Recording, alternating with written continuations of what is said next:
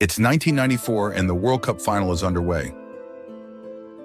Penalties decide who will be the champion. Roberto Baggio is to shoot last. It depends on him whether the Italians will win the World Cup. Baggio takes a run-up and misses a penalty.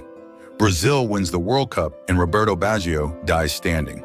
Listen to the story of Roberto Baggio, the man who died standing. Baggio was born on February 18, 1967 in Caldongo, located in the Veneto region. From an early age, he was interested in football and stood out among his peers. He began his adventure in the Caldongo club. During one of the matches, Baggio scored 6 out of 7 goals scored by his team. This caught the attention of the coaches of Vicenza, then the largest club in that region. And so at the age of 14, he joined the 3rd division team. When he was 16, he made his debut in Serie C, and that is when his knee problems began. He heard from doctors that he had to stop playing football. However, the young Italian did not give up, and this injury only motivated him to work hard. In the 1984-1985 season, together with Vicenza, he was promoted to Serie B, at which time he played a key role in the team. It was then that his great talent was noticed by Fiorentina. He had to wait over a year for his debut in this club. He made his Serie A debut only on September 21, 1986, in a match against Sampdoria. His debut turned out to be very unlucky because he again suffered a knee injury, and a long break awaited him. He scored his first goal in Fiorentina colors only a year after his debut in a match against Napoli. From that moment, Baggio began to shine. In the following season, he scored 9 goals and made 6 assists. Thanks to his good performances, he was called up to the Italian national team, in which he made his debut on November 16, 1988, in a friendly match against the Netherlands. And from that moment, he began to play regularly in the national team. A year and a half later, he scored his first goal in a match against Uruguay.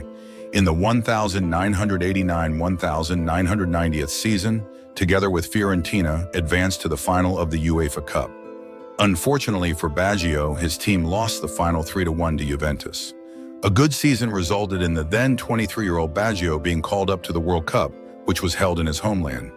Baggio was only a reserve at the World Cup, and the Italians finished 3rd at the tournament. Despite being a reserve, Baggio made fans all over the world fall in love with him. His goal in the match against Czechoslovakia, which was chosen as the best goal of the tournament, had a big influence on this. Although Baggio started the World Cup as a reserve, he eventually found himself in the best 11 of the tournament. After the World Cup, Baggio moved to Juventus, setting a new transfer record of 19 million. Baggio did not want to transfer to Juventus, but Fiorentina had financial problems and had to sell him. When Fiorentina fans found out about his transfer, riots broke out in the city, in which 50 people were injured, and Roberto cried watching what was happening. In the first match against his former club, Roberto refuses to take a penalty, but the coach decides to replace him, and Juventus lost to Fiorentina 1-0. Despite all these events, it turns out that the transfer to Juventus was a good decision. Already in his first season, he became a key player, scoring 22 goals in the whole season. But he did not win anything with the team. The 1992-1993 season was the best period in his career in the whole. Together with Juventus, he won the UEFA Cup, beating Borussia Dortmund in the final in 2 matches, 3-0 and 3-1, and Baggio scored 2 goals in these 2 matches. Thanks to great matches, Roberto Baggio was chosen by the journalist as the best player and received the Golden Ball. The next season in the colors of Juventus was not as successful. Again, he did not win anything. He scored 22 goals in this time. However, in the 1993-1994 season, the most important event was the World Cup. The Italians advanced to the quarterfinals, taking 3rd place in the group. In the quarterfinals, they faced Nigeria. Baggio scored 2 goals in this match, and the Italians advanced to the semifinals. In the semifinals, they beat Spain 2-1, and Roberto Baggio scored 1 goal. And finally, the most memorable day in Baggio's career came on the 17th of July, 1994. Italy faced Brazil in the World Cup final. After extra time, the score was 0-0, and penalties began. The Italians started.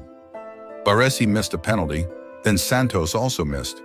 Then both teams took 2 penalties, and it was Massaro's turn who missed a penalty. Meanwhile, Dunga gave Brazil the lead in the penalty shootout. Roberto Baggio took the last penalty and shot over the goal. Brazil celebrated becoming world champions. Meanwhile, Baggio looked at the pitch for a few minutes. This moment was symbolically called his death because it was a turning point in his career. In an interview years later, Baggio said that he completely broke down, locked himself in his room, and did not go to dinner with his friends. And this penalty kick haunted him at night. After the World Cup, he injured his knees again, and in his place came the legendary Alex Del Piero, who perfectly replaced his injured colleague. Although Baggio played very little that season, Juventus won their first championship in 10 years. Baggio decided to transfer to Milan, where injuries continued to haunt him. Despite this, Milan won the Scudetto.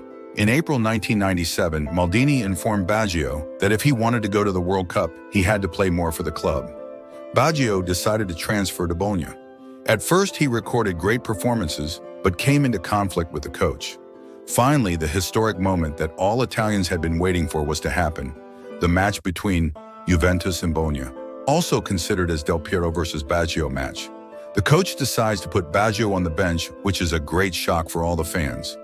Baggio, furious, decides to leave the stadium. Despite this, Baggio received a call-up to the World Cup in France. However, he was only Del Piero's substitute. Despite this, he helped Italy a lot. However, the Italians were eliminated for the third time on penalties. This time, they lost to France in the quarterfinals. The next season, Baggio goes to Inter, where he initially plays brilliantly. However, he again injures his knee.